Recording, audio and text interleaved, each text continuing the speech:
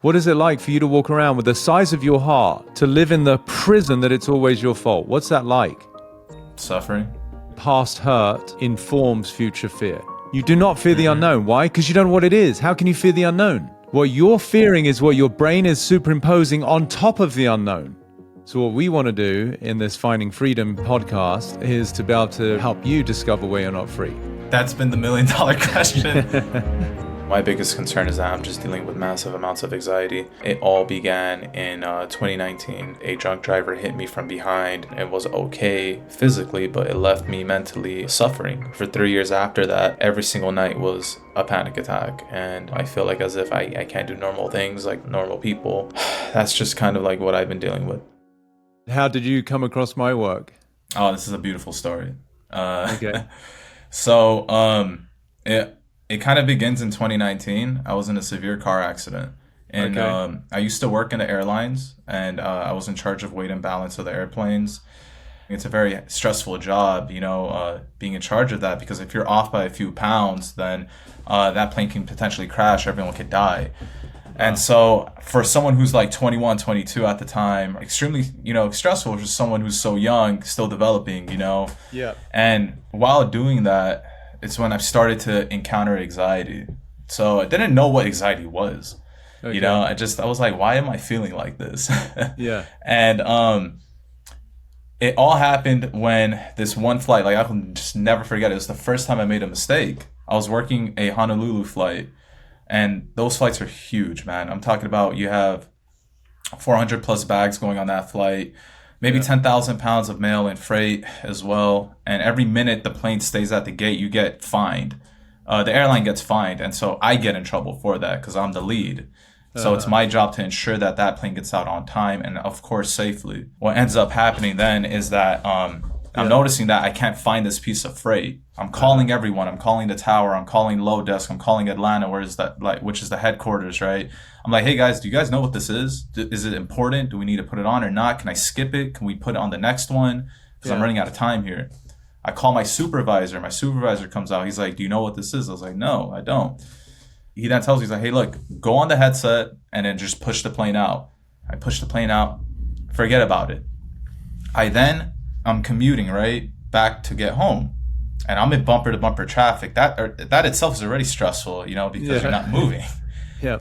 And so then I get a call. And this is the scariest thing for anyone doing my job, is to get a call from work. Because you never want to get that call that like your plane may be crashed or something like that. Of course. That right there would terrify me. The moment I got that call is when I first finally had anxiety. Or at least I was aware of anxiety. I had the heart racing and everything. I was like, hey, what's going on? He was like, did you know that you had a HR on that flight, which is a human remain supposed to go on board on the plane, to where it was that person would be buried in Hawaii. Okay. I was like, no, I didn't. I asked, you were there, like we did everything together. I didn't know what it was, and I called and everything. And then he told me, he was like, well, it was an HR on that flight, and we're going to need to talk. Like when you come back tomorrow, we have to talk. And I'm sitting there, bumper to bumper traffic, scared. Like, I don't know what the hell is happening here. And then I'm checking if the plane landed. I was like, okay, the plane landed. I'm like, all right, cool. Everything's fine. Mm-hmm. And so then after that, I remember I go home, go to sleep. I don't think much of it. I go back to work. I'm sitting now with everybody. I'm talking about all the big shots are sitting with me, and we're having a conversation here. And I'm like, dude, like, what the hell is going on right now? They try to pin it on me to give me a write-up. Luckily, I knew the rules, and I was able to be okay, and I didn't get the write-up. But then I lost all confidence in myself to do that job. Right. I started making more mistakes, but they were very minor. Thankfully nothing happened, but I kept catching myself double-checking my work, triple-checking my work. Yeah. And it gave me too much anxiety. Mm-hmm. Right.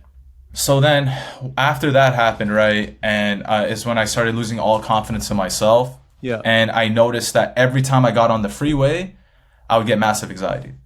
Every single time I would have to call one of my parents. I'm like, hey, like, not sure what's going on with me, but I don't feel good. Yeah. And was this typically going to work? No, this was leaving. Leave. Oh, right, because that's when you got the call. Yeah. Okay. Exactly. And so then I constantly kept checking my phone. it got to a point where I had to talk to my supervisors and get demoted. And I told them, I was like, hey, I need to be demoted. Like, I cannot do this job to the efficiency that you guys need me to do it. And I do not want to jeopardize the lives of other people. And so the best and smart thing to do is just to demote me. And so after a constant conversations back and forth, they didn't want to demote me. They really liked the way I worked and how I got things done despite everything, and I just told them it's just the thing I needed to do. And so they did. After that happened, things just kept kind of going downhill from there. Like, that's when I got into a severe car accident. It's like I drew it to me, Right, of course.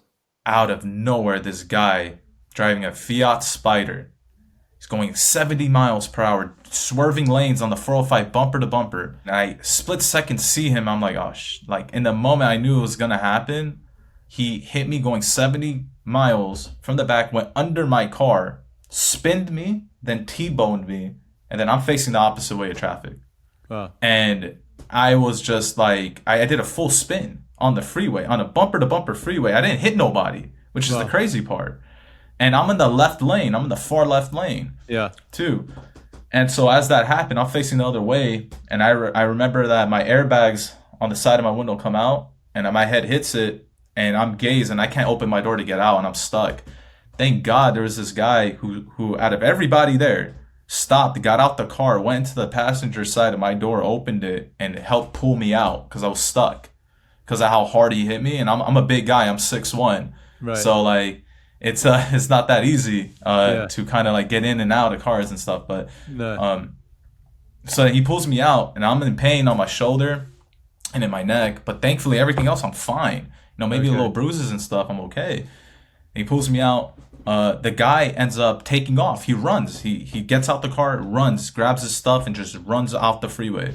And I'm just sitting there. The car, but he's physically running. Yeah. It's the craziest thing, man. And the guy took me. He took me out the car, put me in his car, and he was like, "Hey, man, don't worry. Like, we'll take care of this." I was like, I don't even know this guy, and I was just like, man, this is like the first time I'm experiencing like pure kindness from a stranger, like, and I was like, wow. He calls the ambulance, calls the cops. The cops find the guy, and everything. And I'm sitting there, I'm getting checked up by paramedics. They're like, okay, like, you seem like you're fine, but you should go get tests done for like a concussion and stuff. So I go to I do that. My brother ends up coming to pick me up, but throughout that whole time, man, I felt as if I was trapped. I was alone, because you're stuck on the freeway, bumper to bumper, rush hour traffic. You just felt completely like alone, isolated. Yeah. It gets worse.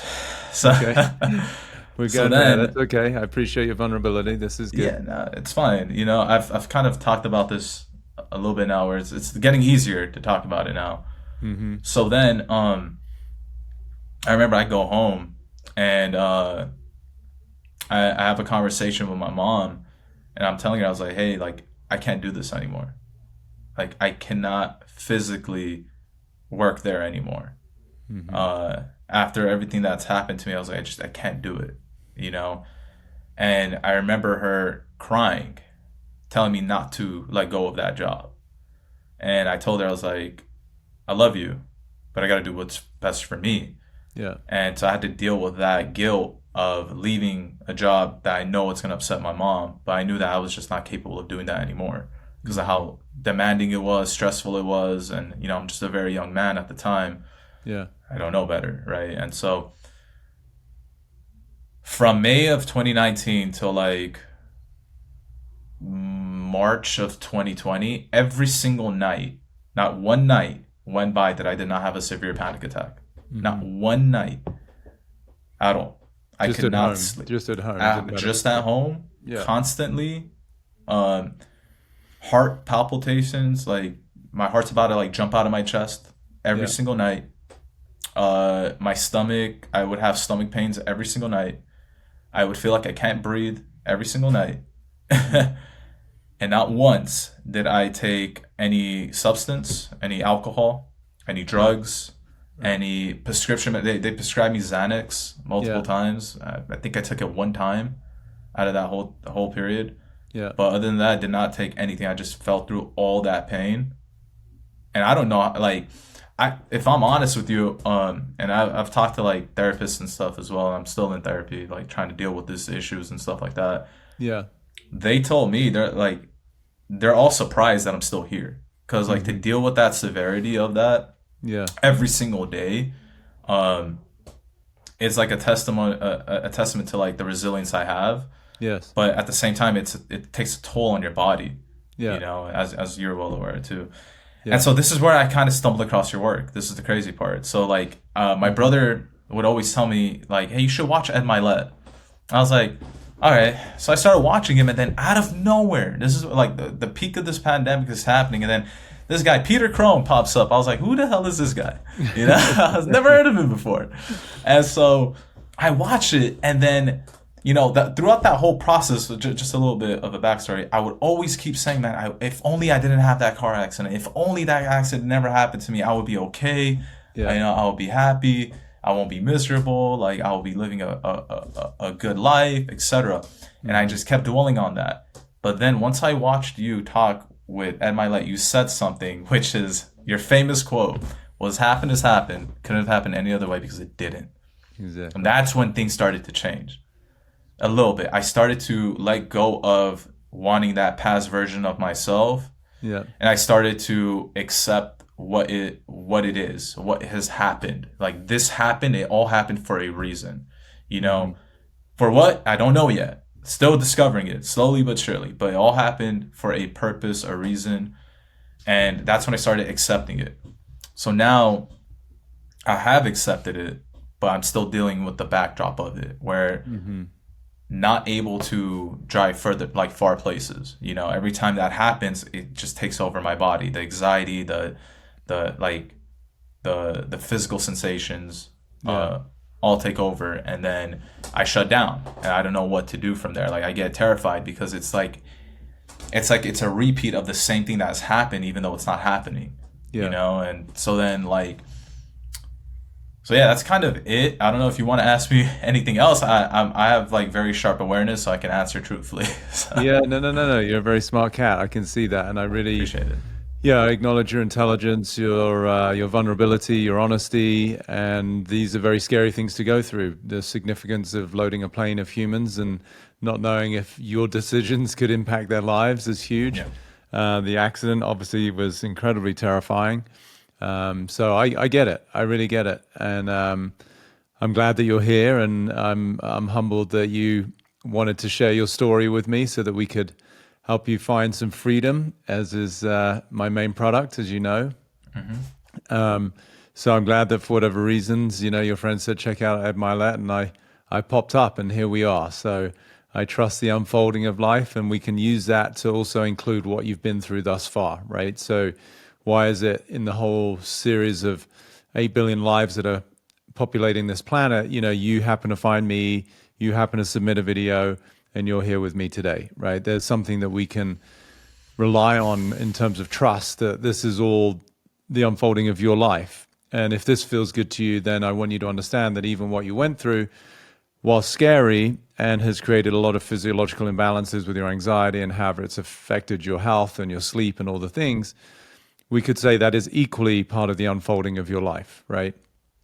So I'm just going to plant that seed, relative to that quote of mine that you shared of what happened and couldn't have happened any other way because it didn't. So that at least gives us a sense of surrender and acceptance for the events of our life, right? It's okay, well, even if you have anxiety, even if people have depression, even if people struggle with suicidal ideation or frustration or anger or disappointment or failure, all the things that humans have, if you can really embody that quote, you realize that no matter what it is we've been through, it couldn't have been any other way because it wasn't, right? So just logic can help us to start to lean into both forgiveness for ourselves and others for what happened, but also profound acceptance that truly you can't change your history, right? What we can change is your relationship to it. And that's where you're stuck, right? You're no longer affected by either the fear of a call coming from work because you made a mistake or from an accident, because they have both finished. Both those events that triggered the start of the anxiety with the call with the HR and not knowing what it was and da da da. Those events actually in real time have finished, right? Do you Right. understand what I'm saying? Yeah. But you're being informed by them because it triggered something in you at a deeper level that is within you. It's not in your circumstances anymore, right? You're literally being affected by your own imagination and memory. So one of my other quotes, I say, past hurt informs future fear. Right. So wherever we've had hurt, and that could be anything, it could be the hurt of a disappointment, a breakup, someone saying something nasty, somebody, where you, in your case, thought you had made a mistake or you were in trouble. Well, then the brain, because it's designed to predict and protect, is going to look out for the potentiality of that same thing happening. So now, even though the event itself is finished, your brain is remembering it, using it, and especially how it feels, superimposing it into a future that we're oblivious to, right? We don't know what's going to happen, but then that informs how you feel today. And we'll get into that today as we chat. But can you see that cascade of how that formula works? Like there's an event that happens in your history that creates some sort of angst and hurt and disappointment and you're scared. That then your brain takes as evidence for, well, don't do that again. We want to avoid that. So now you're literally trying to avoid, as another one of my quotes, a bad future that hasn't happened yet. You couldn't have said that any better. I think that is the exact, like, it's not that, like, I'm trying to avoid another car accident because that's out of my control. I can't control that happening.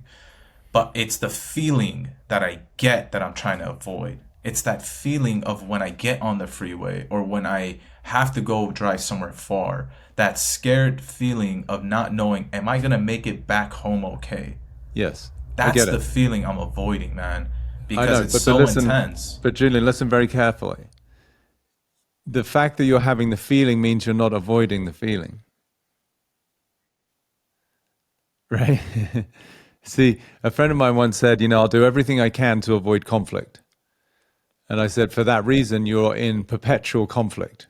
I get what you went through, scary, horrific, and you're such a kind guy. You got such a big heart. You saying that guy on the freeway, it's the first time you experienced that true sense of kindness from a stranger. That's a reflection of who you are. The fact that you're so conscientious and thoughtful that you would worry about, the subtleties. I mean, look, these are big airplanes. I'm not saying that there aren't specific measurements that allow them to fly or not. But I can also know that, like, within probably quite a few pounds, the plane's going to be okay, right? It's just you have your parameters that you have to work in because there's lives at stake, right? It's significant, it's important. Yeah. But there's always going to be some wiggle room, right? Like, otherwise, there would be accidents all the time. If somebody got it wrong by 5 pounds, that's going to happen all the time, right? So right, no, 100%. So really, this is just revealing you. One of the other quotes you probably heard of mine, I say, life will present you with people and circumstances to reveal where you're not free. So this, to me, is where life is presenting you with circumstances and people, the call that you got when you came home that time, and then the accident, to show where you're not free. So what we want to do in this Finding Freedom podcast is to be able to help you discover where you're not free. Okay, sound good? Dude, that's been the $1 million question for 5 years right now. So yeah, I look forward to it. Yeah. So there's two predominant things that come to mind. So with my work, I can hear the story, and then I can reverse engineer into what are the main prisons that you're being defined by. Right? You may have heard I speak about these 10 primal prisons. With you, I can hear 2 that are creating all of your anxiety. They're the 2 predominant ones, and these are. They're ubiquitous. Every human being has them. We just get defined by particular ones at different stages of our life, right? But the ones that you're currently stuck in, they're very anxiety associated, right? Some might be more to do with a feeling of inadequacy, right? Like somebody's not wanted. That it's not so much anxiety, it's just sadness, right? That I'm being rejected. But yours are to do with anxiety and fear. So the first one, so let's look at the first one, right? You're driving home, there's been some questions, you've called the supervisor, there's a bit of doubt, they're like, fine, just drive the plane back out, let's just do it, forget about it. And then you get this call as you're driving home, bumper to bumper, and all of a sudden, there's this terror that comes across you because they're saying, wait, we got to speak to you in the morning, right? Something's happened, there's been an error of some kind. So if you were to categorize that whole experience, what is in lay terms, right? Like think of through the eyes of a child, a little boy. And my guess is you're a beautiful little boy, a very well-behaved little boy. But somebody calls you, it could be the principal or your dad or your mum because there's been an error. What is that little boy thinking? That he's what? That's a good question. So in other words, what you want me to know is like, what am I thinking when someone tells me I did something wrong? Well, you just said it. So what did you just say? Like literally those words. What do you like? What do I think when I did something wrong? Yes. So I want you to understand, as a human being, especially from a young age, the things that create angst for a child are usually a couple of things. When we're in trouble, we did something wrong, or there's some form of rejection, right? That we're not loved, our needs aren't being met. And both Yeah. of these are survival instincts, right? Because if you're rejected and go deep into our DNA, if you're part of a tribe or you're part of a clan and you get rejected, meaning you're pushed out into the jungle, into the wild, you're not going to make it, right? This is a tribal, primal survival instinct, right? So that's why we want love and a sense of belonging. It's a primal urge, especially for a child. So this is why children behave in a certain way, meaning they want to be good or well-behaved or polite or whatever they think they have to do in order to make sure that they don't get kicked out of the gang. Can you see that? Yeah. So that's one. The other one is behavior, right? So rejection can be on the byproduct of the fact that we behave in a bad way, or as you just said, we do something wrong. So when a kid gets in trouble, that kid's experience is, I did something wrong. Can you see that? I mean, kinda, yeah. I'm just trying to like see how I can relate what you're saying to my childhood. But all I get from what you're saying is like you're not wrong at all what you're saying because I relate, but maybe not to the extent that you're saying it. But I could share if you want. You can share from what, childhood or? Yeah, Yeah, like any experience. because Yeah, if anything comes to mind where you. man. So this is actually something where my dad is 76 years old. Okay. He's disabled right now, and I look after him. I do my very best to help him out in any way that I can. Beautiful. There's an issue though. I don't do it out of love. The reason why I don't do it out of love, it's not that I don't love my father or respect him. I respect him because when I was born, my mom, like a year after, my mom got diagnosed with breast cancer. And as a man, he stepped up. He took care of two kids, my older brother and myself. And he worked 12 hours a day to take care of us while my mom was going through chemo. And I respect him dearly for all of that. Not once did he complain or anything. And, he showed me the true definition of what a man is. And I respect that. But as I got older, at the time as well, when he was doing that, he got hurt and he ended up deteriorating a disc in his back, Okay. which caused him tremendous amount of pain throughout my whole childhood, right? And into my adulthood. And so what happened is that as I got a little older, my brother would get into a lot of trouble. And he would always repeat these remarks. And I'll never forget it, and it would always say that I wish I never got married. I wish I never had kids all the time. Right.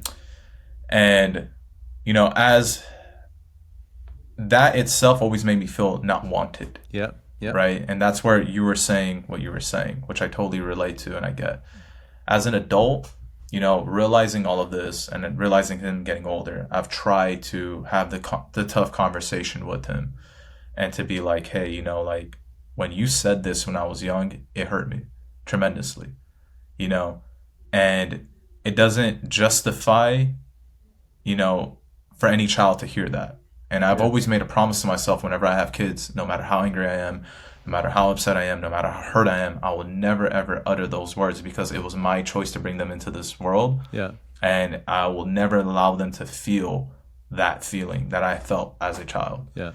And so I had the conversation with him, and he's a very, very stubborn person, and he will always tell me, you have the wrong idea. I was like, no, I didn't, because that kid had that idea as what it is, so I couldn't be wrong. But he's, you have a quote where you always say, a poor man being right is I forgot what it Being was. right Can is you the say poor that? man's version of self-worth. Yeah. And that's him, literally, because he is always trying to be right, no matter what. So there's never room for conversation. And I've told him this. I was like, I've come to terms that this is our relationship. That's how it's going to be. Yeah. I respect you and everything you've done and everything you showed, but you leave no room for conversation because Right. you are always right and I'm always wrong. Yeah. So that's kind of where I can relate with you in a sense of what you were saying. Hopefully that helps. No, that's Yeah. really helpful, really beautiful. And I'm sorry you went through that, but it definitely correlates to what I was pointing to. It might be a slightly different iteration of it in words. But Yeah. for that little kid, like you said, feeling not wanted, what else might that kid have felt? Like the dad says, I wish I'd never had kids. I wish I'd never got married. Yeah. So what are you hearing in him? What as a little boy, you gotta realize every little boy adores their dad, whether they realize it or not, right? This is your idol at course. some point. Obviously that changed over time for you. But when your Of dad course. is saying, I wish I'd never got married, I wish I'd never had kids, what is his experience that you're aware of? What are you seeing in him? That he never wanted us. He never wanted you, but why? Well, Yeah. that's your experience, right? But what are you sensing in him that he has to say that? What must he be feeling? Anger, frustration, Anger, frustration. disappointment. He's not happy. He's Things didn't. What he would always repeat is that things didn't go according to my plan. exactly So suffering. That's suffering. it's just Perfect. what it is. Okay, so now as a kid hears that, this is your dad, this is your idol when you're a kid, and his life didn't go to plan. What does that kid hear? I'm not a part of the plan. You're not part of the plan, but also you got to remember you're in the way of the plan. So what would the kid interpret that as? I need to do more. Well, that's a compensation. But if Okay. your dad can't live your plan because of you, then what does that say about you? Not enough. That's part of it, but it's a much deeper one than that. Your dad had a plan, and you heard him say, I didn't want to be married, I didn't want to have kids. You're in the way of the plan. So what is I'm that? in the way of his happiness. Yes, right? But you're in the way of his happiness, and this is somebody who you adore, so you want their happiness. But what if you were to put it in your own language, what does that say about you?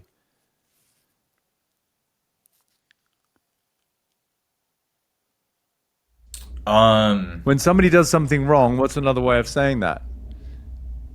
Oh, they're bad. They're bad, yeah.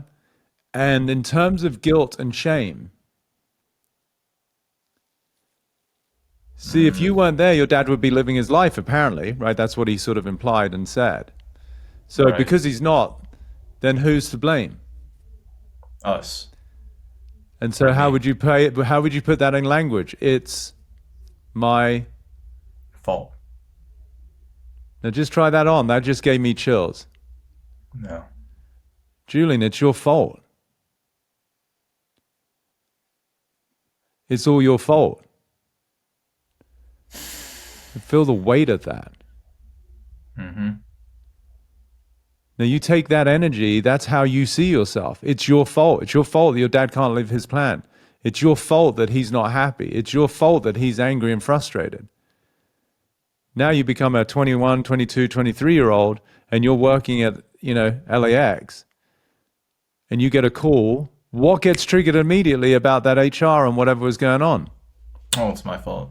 It's Even though your I knew fault. it wasn't. Huh? It was my fault. Even though I knew it wasn't because I did I the proper don't worry things, I about your still- mental capacity to know something. This is in every cell of your body. What got triggered when you got that call has got nothing to do with the fact that you didn't know there was an HR on the plane. Yeah. What got triggered was the part of you that has been deep in your system, in every cell of your body since you heard and therefore felt it's your fault because your dad's not happy. That's too much weight for you to carry. That's why you wanted to get demoted. You're like, I can't live in this place that it's always my fault. What is it like for you to walk around with the size of your heart, as kind and as thoughtful of a man as you are, to live in the prison that it's always your fault? What's that like? Suffering. It's guilt, honestly. It's a because massive it's amount. not. That's why you said you couldn't think about it. You could barely live as a kid. I can't imagine the ways you try to compensate to be a good kid to keep your dad happy, and you can explain some of it to try and make him happy because it's your fault. You kept saying, I couldn't live with myself if people died because of my error. Those thoughts, do you understand? Those thoughts occur because you live in the world where it is your fault. You think it is your fault. It's not like it's an opinion. It is your fault. Yeah. The burden of that narrative is more weight than anyone can carry.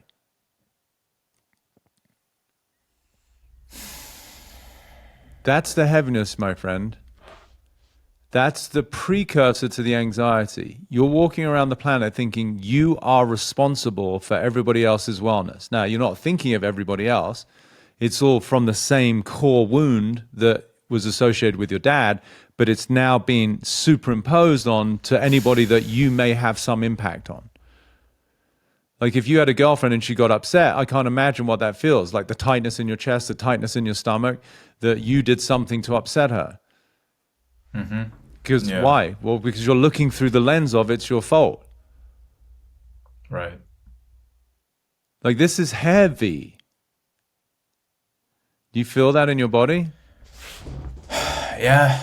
Yeah, no, for sure. It's like I always knew it was there, Of you know, course. because I would always like whenever something would happen, I would always like the thought always would come up. It's like, oh, it's your fault. You know. Yes, but Always. you haven't. That's fine. You're a smart guy, but I want you to just stay in the energy of it for now, right? Like you're walking around a human being with a big heart, a great mind, a very thoughtful man, and yet you're living in a prison called "It's all your fault." Right. So the onus is always on you. I just want you to be able to presence and feel the heaviness of that. That is a burden that no human being should or could carry.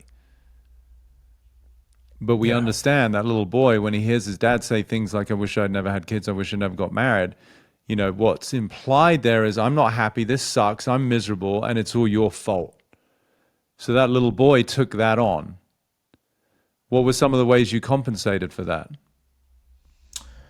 Yeah. So yeah, like I would say in high school and stuff. Or do you want me to go as in younger? No, whatever. Just as soon as you can see it's your fault, you should be able to also recognize the ways that you try to compensate. Be a good boy. Maybe your older brother, the pressure of thinking it was his fault. If he heard the same thing, it sounds like he's like, "Fuck this! I can't handle this. I need to escape with drugs or misbehavior." Right? Right. My guess is That's with what you, he- you went the yeah. other way. You tried to like be a good kid. You tried to get out of the way. You tried to be quiet. You didn't want to disturb him. I don't know. What did you do to compensate? Try not to get him upset Yeah. as much as I could. Yeah. Keep things to myself. Yeah. All the time. That's when I realized too, that I would bottle up emotions and feelings. Of course, Just keep you it to had me to. because if I didn't, you know, I already knew the outcome, what would happen. Yeah. And so I never learned how to process my emotions or feelings until I got like until I became more of until I became an adult and went through therapy to understand that, like, oh, like it's okay to feel this, Yeah. and it's okay to, you know, let it go as well in a healthy way without blowing up on other people, Yeah. or anything like that. So yeah, like that's kind of how I would compensate. You know, I would smoke weed. Yeah.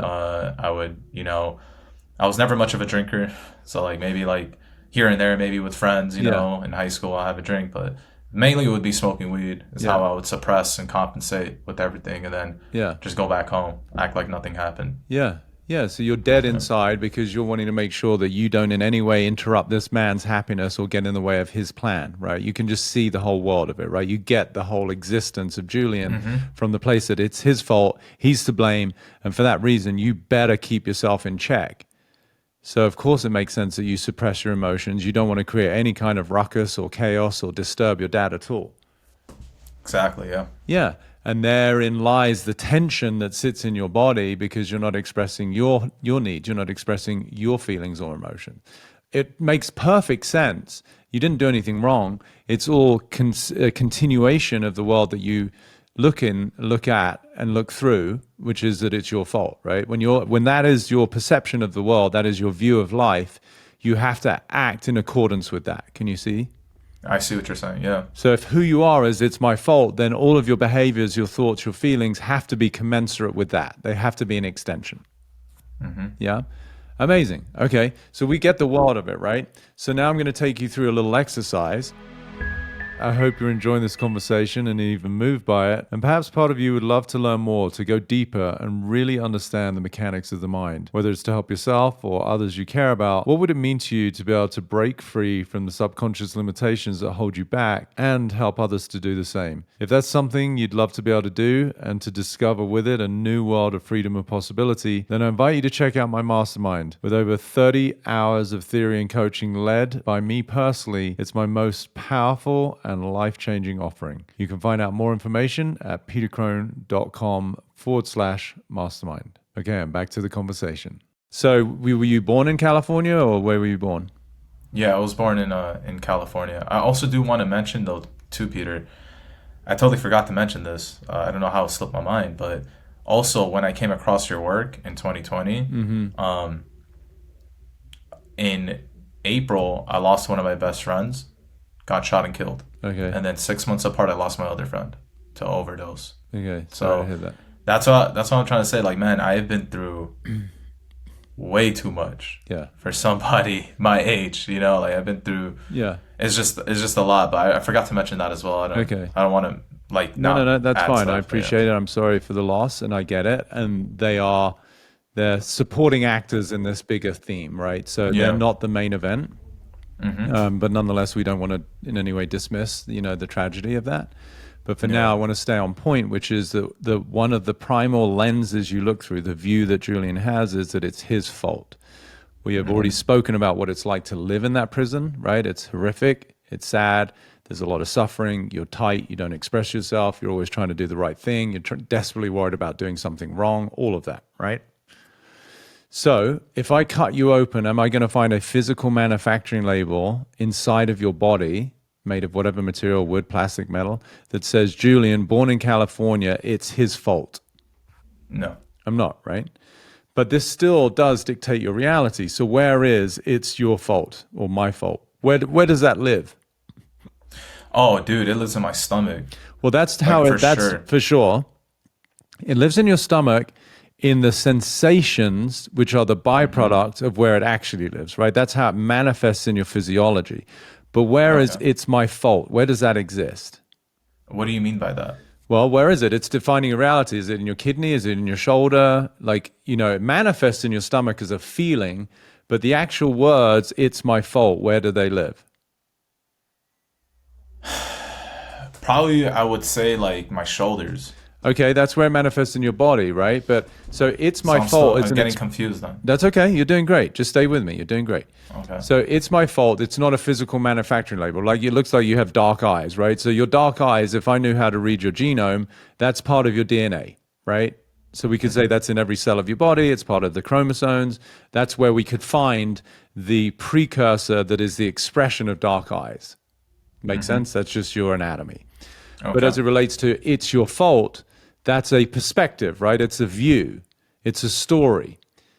So where is the story, it's your fault? Where does that story live? Where do beliefs live? I would say in my mind. Exactly. Yeah, in your head, right? In your mind, like the way that you view life. So if somebody believes that they're a particular religion, that's something they believe, and it's part of their identity. It's part of their personality, right? Great. Yeah. So it's not part of your anatomy because there's no physical manufacturing label, but it is the way that you view the world. So you look through the lens called "It's my fault." Do you see that now? So how old do you think you were when you first had your dad say, like, "I wish I'd never got married. I wish I'd never had kids"? I think I was around like 8, like. Okay. So you're young though, right? Yeah, like I want to say like because he would always say that, man, every single time. So I heard that since like I was 8 till like I was like a senior in high school. Okay. You know. So before you heard it, you weren't walking around thinking it's your fault because you hadn't heard that. You know, maybe parents fight and looked like they were happy, looked like they were unhappy. There was just whatever was going on. But then that was the particular trigger that inspired this deeper feeling of constraint that manifests in your shoulders and your stomach, like physiologically, but you weren't aware of. Like, so think about a baby, right? Like when you were like 3 months, 6 months old, that baby that you were wasn't thinking about anything because you didn't have language. You were just sleeping, being breastfed by your mom or on a bottle. You would poop, you would, just be a baby. You didn't have any beliefs, right? Can you see that? Yeah. So it's when we get to about the age 2 or 3 that we start to have words, and then we can create beliefs that I'm not good enough and I'm not wanted. And in your case, it's your fault. But prior to you hearing your dad say that, which it hurt that little boy to hear because he felt, shit, I'm in the way and I'm the one who's the obstacle to my dad being happy. And I want my dad to be happy, but I'm kind of stuck because I'm a kid. So it's just my fault, right? Do you see how that got created in that moment? And then it just got reinforced. So prior to hearing that, you weren't looking through that particular view of life that it's your fault. That's all I want you to see. Yeah, no, you're right. Perfect. You were probably a happier kid. You didn't have the same suppression of your emotions, and you didn't know that there was anything wrong, right? So now when you hear that, for the first time it stings, and then you hear it again, and it just keeps getting more strength. It gets more validity. And then you develop all of your compensation patterns, right? So when you're looking through that lens of it's your fault, we understand the whole existence for Julian. It's miserable. But it lives in your mind, and it's a particular view that you got based on what your dad said, and you interpreted what that meant about you. Can you see that? Can you see that continuation? Yeah. Great. So it's not in your anatomy. It's not part of your hardware. It's part of your software. It's a story. It's a view in your head, in your mind, right? That you're looking through, it's my fault. But it's a perspective, right? So if it's a perspective, it's just words, because it's just words, right? It's my fault. I mean, it has the feelings that come in the body and they show up in your stomach, as you said, in your shoulders, and it does change your behavior. You suppress yourself and try to keep out of the way. But ultimately, it all comes down to something that you are holding on to as a particular part of your identity, as your personality. Can you see that? Yeah. So if it's just words, it's my fault in your mind, and you can only answer yes or no to this next question, does that mean it's an absolute truth that who you are is that it's my fault? No. It's not, right? That's not Julian. Yeah. That's a particular perspective that Julian took on. Right? So this is where we start to create some space. It's like, oh, hang on a minute. It's not that who I am it's my fault. It's just that that's the way I view life. Do you see? So if it's a particular view and it's not who you are, we can start to create a little bit of space. It's not that Julian it's my fault. It's that Julian thinks at such a deep level that it's become who he thinks he is, but it's a view that you have. It's a perspective that you have. Right? Yeah. See, somebody has a particular sports team that they love. They grew up in where you are in LA, and they love the Dodgers, right?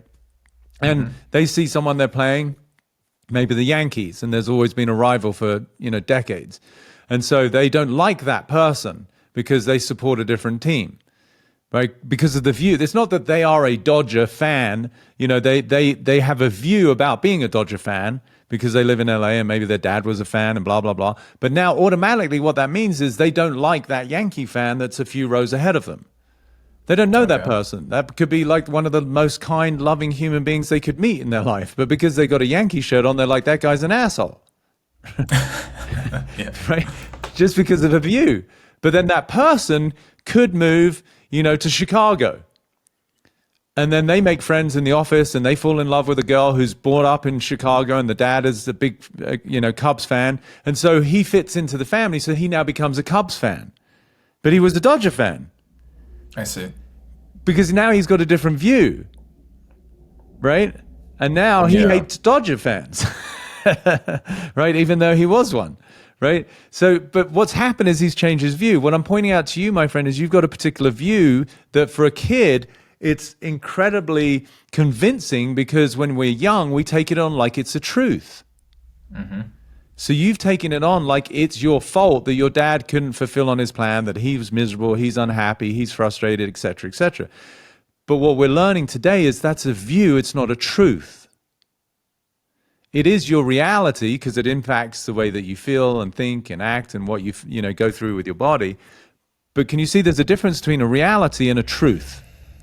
Yeah. Julian's reality is he thinks it's his fault. Is that the truth? Oh, no, it's not. Okay, well, let's lean into the truth a bit. So let me ask you this question. Is it true, and I'll ask you again because I already asked, is it true as an absolute truth that it's your fault that your dad wasn't happy? Oh, no. It's not, is it? No. It's actually impossible that could be the case because every human being is sovereign. They have their own emotions based on how they interpret life. Yeah, exactly. And equally, he chose to get married. He chose to have kids, whether they were conscious choices or not. That doesn't matter. That's what happened. So it's not your fault that your dad was unhappy. So now I'm going to ask you another question. Is it your fault that anything around you and the way that other people feel, is it your fault in terms of how they feel? No. It's not. Okay, so sit with me for a second. If it's impossible, because we just looking through the lens of truth, seen that it's not your fault, it's impossible for Julian to think that it's his fault when something around him, quote unquote, goes wrong or somebody feels a particular way. It's impossible. It's not your fault. What might you feel in the absence of that particular prison that it's your fault? That's gone. You can't relate to life anymore like it's your fault. How would you feel? That's a good question. I know this is going to be foreign for you, right? Because the term I use is I'm introducing you to a world that you're not familiar with.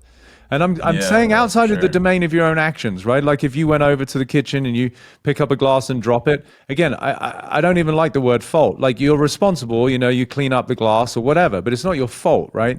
So we want to get out of this world of blame and shame and guilt. So it's literally impossible for you to think that it's your fault for anybody else's experience on the planet. What would that feel like? That's gone. I mean, your breath there just showed it a little bit.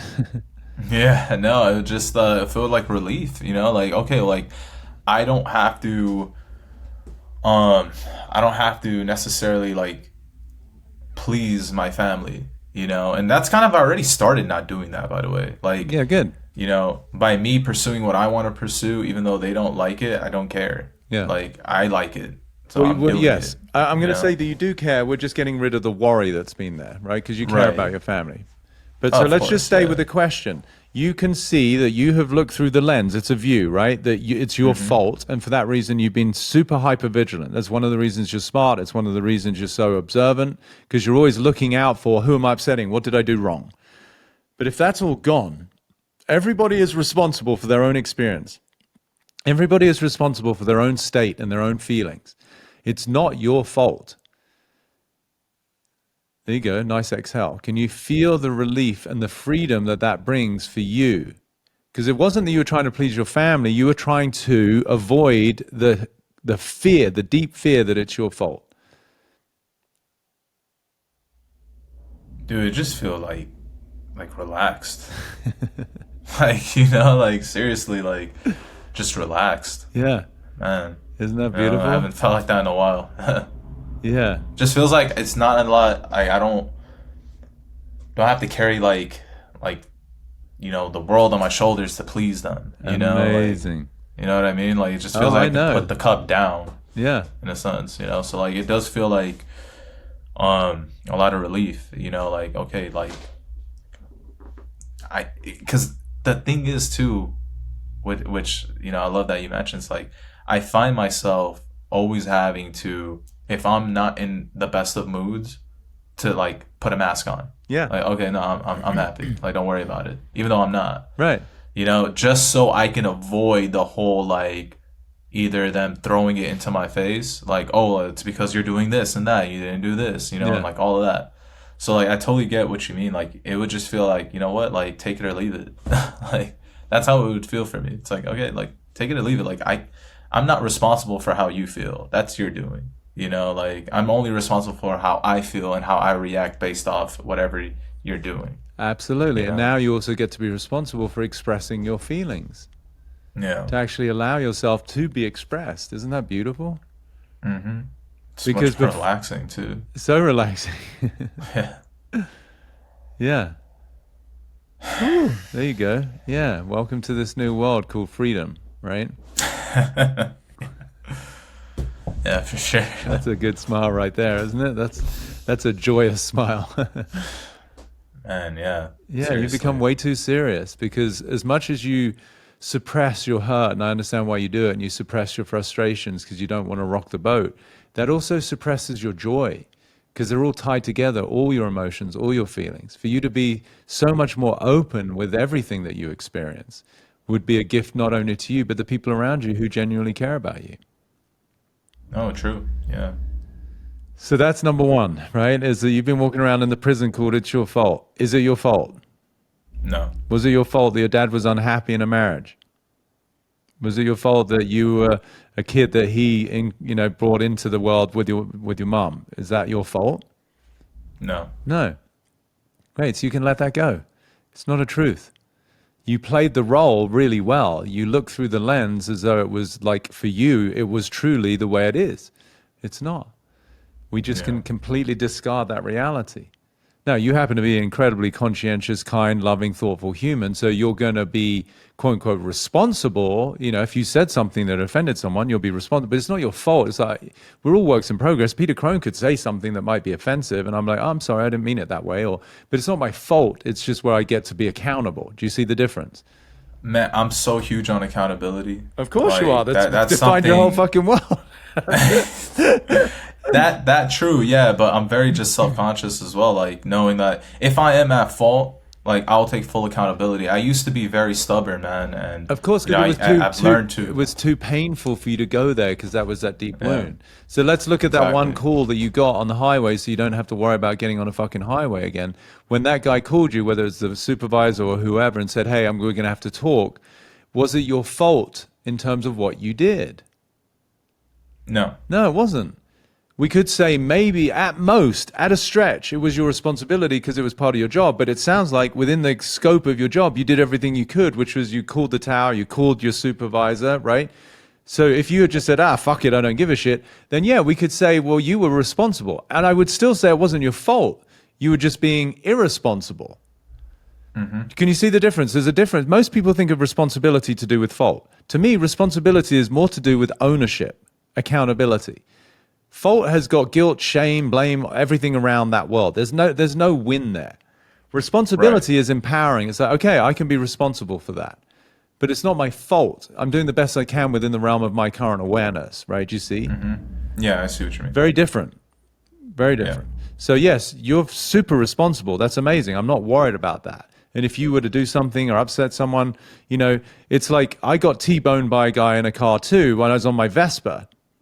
Unfortunately, he wasn't going too fast, but he knocked me over like a car against a little scooter. You don't know, have to be a rocket scientist to wonder who's going to win that one, right? So Yeah. I got, I I remember got that story sideswiped. actually. Yeah, and I'm across freaking the road, and we pulled over. I had to pick up the parts of my bike, and we went over to exchange insurance. And he said, I think I'm worried you're in shock because you're so calm. And I'm like, no, it's fine. Like I'm got a couple of bit of road rash and my bike's screwed, but I'm okay. And he's like, how are you so cool? And I'm like, well, because it's what happened. Thank God I didn't need an ambulance. Like I'm grateful that this has transpired in the way that there's nothing more significant that's happened. Yeah. Now, in terms of responsibility, you're responsible for going through the red light, and that means that your insurance is going to buy me a new bike or whatever. But it's not even your fault. You weren't like trying to knock me off my bike, were you? And he's like, no, I didn't even Yeah. see you. I'm like, yeah, it's called an accident. So he was like, how are you so calm? I'm like, well, first of all, this is what I teach, right? It's just dealing with reality. So can you see, even in that instance, there wasn't fault, but there is responsibility. Yeah. So this is where you can see, okay, within the scope of your job that now you don't do, but you were responsible and you took the steps based on being a responsible human being. So there's no fault. So you don't have to have any angst. They called you, and if you were in this space of relaxation and relief, you're like, okay, well, no problem. I did everything that I had to by the book, and I'll talk to you guys tomorrow and we'll figure it out and we can do better. Or do you see it would have a different response? Right. No, exactly. Isn't that cool? Yeah. So that's number one, is the world called it's your fault is a lie. And now you can see that. You can step into the truth. It's not your fault. And because you're a powerful, caring, compassionate, thoughtful human being, you get to choose to be responsible for your actions. Totally different world than fault. No tension in that world. That's actually empowering, because it's like, yeah, I'm a powerful human being who says things and does things, and I choose to be accountable for what those are and the impact that they have. Okay? But no fault. Game of fault is over for you, my friend. Yeah, sounds good to me. Right? Fucking A. Okay, so now the second one that's got more to... So there's anxiety associated with that, because if it's your fault, you're always in a state of apprehension of when you're going to get in trouble, right? That you might be the cause of somebody else's suffering. There's a lot of anxiety with that. The other part of your anxiety is to do with the way that you relate to the future, right? That whenever you got onto the highway, especially coming home, you were anticipating something happening. In this case, maybe getting another call, maybe a plan not landing. So if you can, as best as you can, how would you phrase that in language? What were you saying about yourself as it relates to the future? I was projecting that something bad's going to happen. Exactly. Perfect. Doing great. You're super smart. So the projection is something bad's going to happen. That doesn't matter. Bad things happen all the time. It's about you. So if something bad happens, what does that say about you? I'm at fault. It's still a yo. So there's two things going on here, right? You're at fault. That's the more constant. But that also informs the way you relate to the future. So something bad happens. What's going to happen to you? Something bad. Something bad. So the way I want you to... No, you don't understand that, because that's literally what I've been saying it for so long. Like, I remember having this discussion. I'm sorry to interrupt, but okay. it's just beautiful that you bring this up. So having this discussion with my uncle, and I was telling him, I was like, man, every time I get on the freeway, I feel like something bad's going to happen. He's like, well, what do you think is going to happen? I was like, I don't know. Right. Yeah. So it just made me laugh when you brought that up right now, because it's like, man, like, you know me, you don't even know me. It's just crazy. Well, you said you don't understand, and I promise you I do understand. This isn't my first rodeo. Oh my God, man, yeah. This is why, this is why I'm blessed and grateful to do what I do. So yes, so your brain, again, based on past hurt informs future fear. So what's happening is, as a survival mechanism, your brain is superimposing where you got hurt, and it's collapsed with it's your fault, right? So not only is something bad going to happen, but it's going to be your fault. So do you see it gets amplified, which is why there's so much anxiety. But if you're living into a future where something bad's going to happen, how does that make you feel? Dude, it's like I'm anticipating the worst. Yeah, I'm in which fear. is called I'm anxiety, right? You're anxious, feared, Exactly. like terror. Like even terror, I would put it in that category. Okay, so you're heading into a future that is filled with something bad's going to happen. And by the way, it's going to be your fault, whatever it is. So what I want you to consider is the prison that I talk about, and the way that we, by default, as humans relate to the future is we believe, and it's not even a belief, it's deeper. The way the future is for us is that we're not going to be okay. Literally. Just let that sit with you. When you live in the world where you're not going to be okay, and you don't even know what it is, which makes it even more scary, right? Because you don't know what it is. It's like the whole bullshit with the virus, right? You can't see this thing. It makes it even more scary. You can't see your future. So now you're living into a future where you just know that you're not going to be okay. You don't even know what it is. Can you feel the heaviness of that existence for you? Felt it for 5 years. Yeah, and maybe more than that, but for sure, Maybe, yeah. For sure, amplified for 5 years. The way you relate to your future is you're not going to be okay. Why then would you ever get on a freeway? Why then would you ever want to do this job? Because you see, the future you're always stepping into is based on a worst case scenario that's going to happen. That's your reality.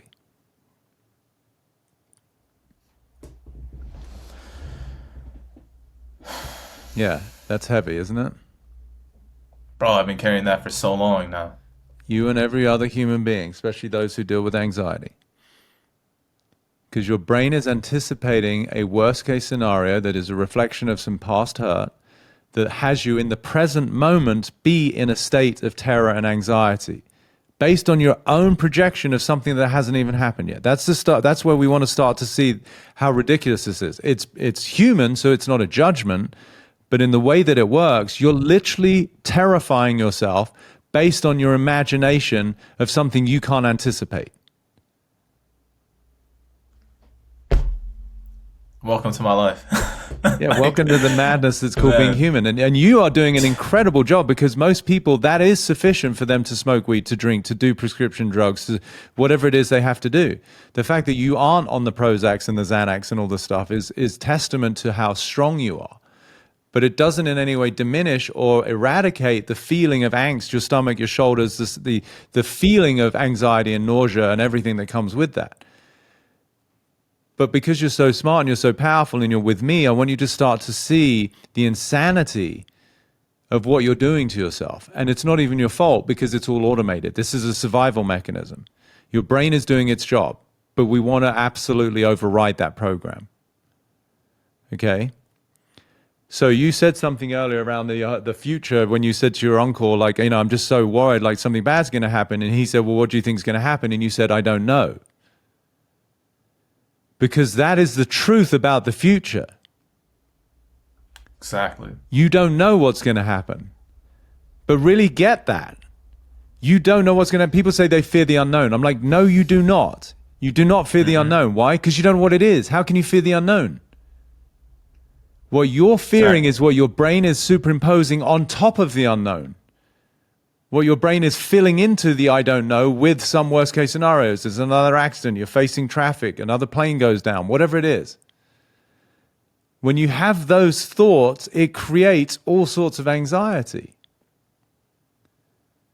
But it's all within the world of you're not going to be okay, fundamentally.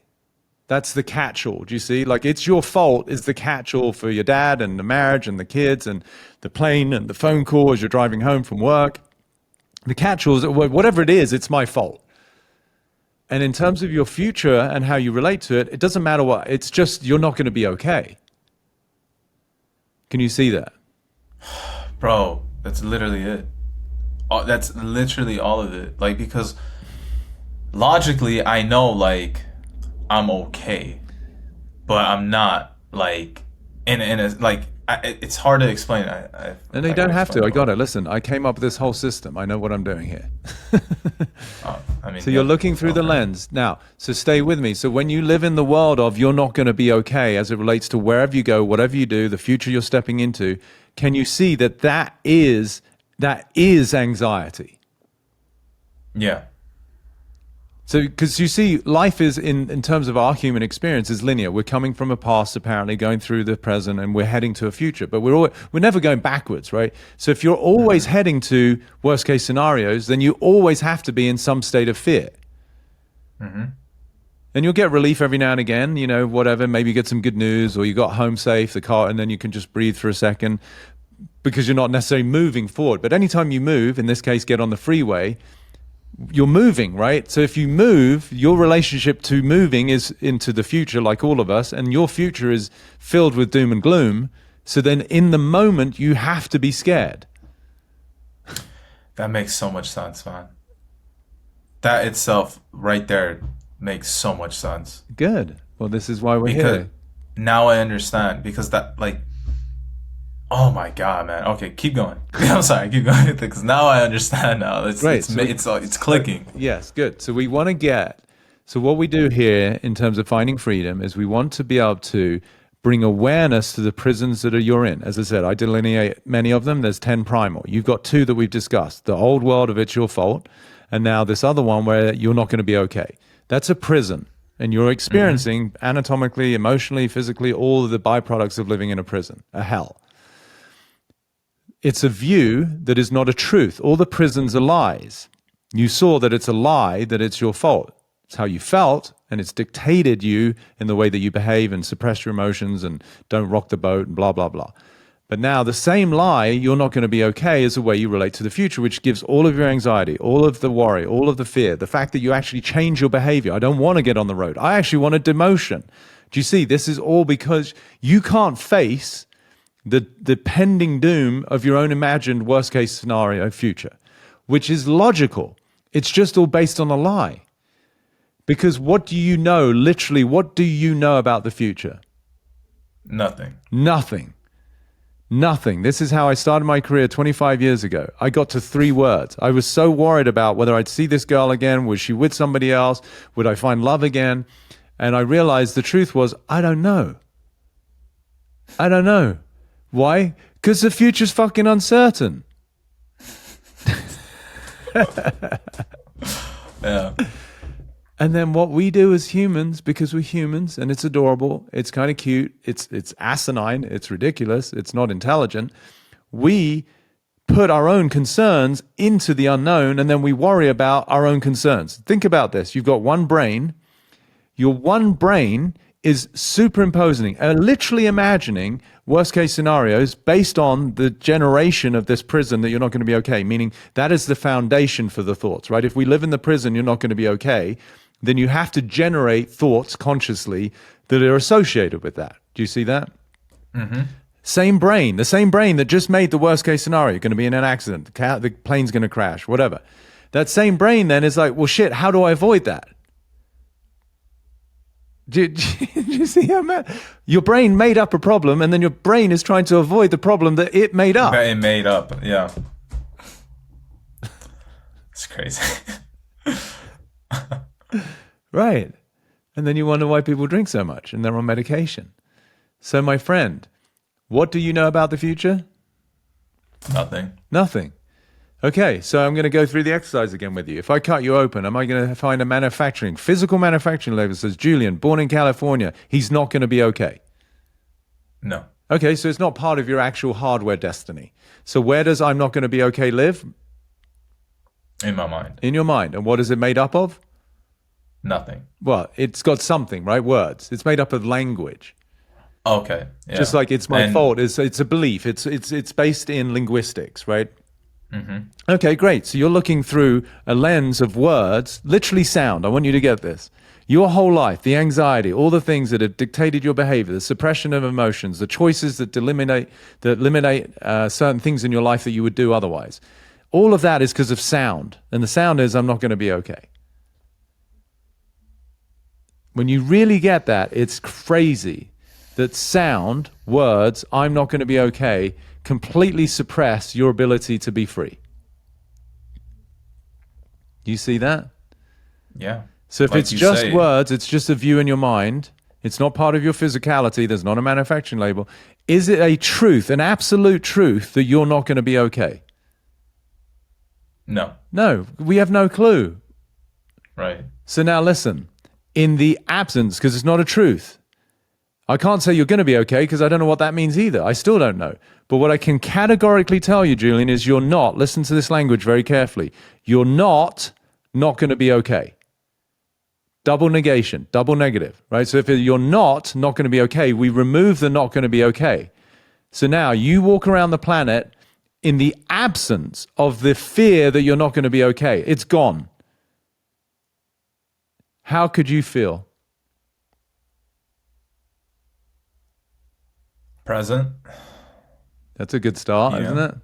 Yeah, just living in the present moment, in a sense, not worrying about what will happen. Yeah, because you don't know. How does your body feel in the absence of worrying that you're not going to be okay in the future, that you're always being informed by worst case scenarios? That's gone because it's not a truth. It's not a truth. It was a lie. It was a lens. It was a view. It was a perspective. You're not going to be okay. That has gone. How would your body feel in the absence of that pending doom? Just calm. That's a little different than anxiety, isn't it? Man, yeah. No, just feel calm. Yeah. Well, we just hit relief, relaxed, present, calm. Do you know what kind of biology happens when you're in a constant state of anxiety and fear? Oh, I know. And you're young enough. Do you know what kind of beautiful healing happens when you're relaxed and you're relieved and you're calm and you're present? That I don't know. No. Well, you're young enough that you don't have to worry about it just yet. But I promise you that we just got rid of, maybe take a decade or two, a shit ton of suffering. Physiologically, anatomically, disease. Dis-ease is the absence of ease, right? Yeah. So, my friend, is it your fault? No. Are you not going to be okay? No. No. Welcome to a new world.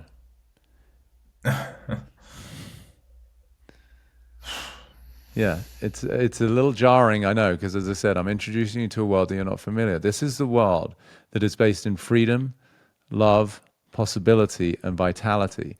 That is literally available to all of us, but it's on the other side of the world most people live in, which is based in limitation, fear, suffering, and disease. And that's the world that I met you in about an hour and 20 minutes ago. Crazy. But I guess, I mean, my question to you, right, Yeah, is understanding all of this is one thing, of but course. putting it into practice is how do you do that? Well, that's the next stage. You've not left that chair. So we start with awareness, right? I'm Okay. bringing you awareness. You had no hope in the other world. You would just be able to manage that world, whether it be some people smoke drugs, smoke weed, some people take medication, some people do alcohol. They manage the world. But now I'm introducing you to what's available on the other side of that prison that you lived in, that world that was a hell. You haven't left that room. I don't know what it's going to look like. You'd have to go outside. I suggest you go for a walk after this and say, how does it feel for me to walk around? What's my body feel like knowing it's not my fault? What does my view feel like when I'm not looking through the I'm not going to be okay fear? My God, I'm so chill. I feel so light. And then you practice that new way of existing, that will become your new normal, I see what you're saying. right? The same way I got myself into this is the same way I get myself out of it. In essence, just changing the mindset, changing what I thought I knew into what I know now. In essence, is what you're saying. Amen. You're basically going from a lie that you were oblivious to now a truth that you're aware of. Oh, that's well said. Thank you, I was sir. gonna say too, man. This quote that you always say, "The words hold the lock and the key." Yep. Man, that couldn't hold so true until like right now for us Right. Now you talking. get it, right? The words were holding the Yeah. lock, that it's your fault and you're not going to be okay. But the words in our conversation today are the key, which is we set you free from the words that you didn't even know you were bound by. I want to also leave you with something too, Peter. I don't know if we're done or not, Well, we're but getting close. I mean, I want to make sure that you're enjoying this new world of freedom, but yeah, carry on. yeah, no. You got me into thinking of like so. I was on Instagram like 2 days ago. This could not have happened better timing than now. And I was watching a reel, and I just heard the word intimacy Yeah. come out of it. I was like, okay, interesting. I scroll and then I keep repeating it in my head. It's like intimacy, intimacy, and then I was like, into me I see. Yes. I was like, wait a minute, like so. The love that you give to yourself is a reflection of the love that you give to others. Into me, I see intimacy. Yep. And it just made sense to me. It's like you always say this, how words are translated into something deeper. In essence, they hold the lock and the key. Yeah. And it just kind of clicked to me. you go. I was like, oh wow, like I'm gonna start doing that now with other words. Like, Yeah.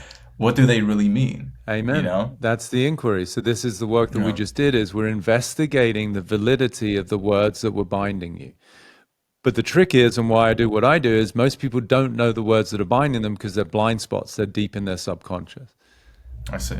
So once we can bring light to the constraints that were behind your experience of life, right? They're informing how you feel, how you think, how you act, the results you get, but you didn't know what was, underneath that.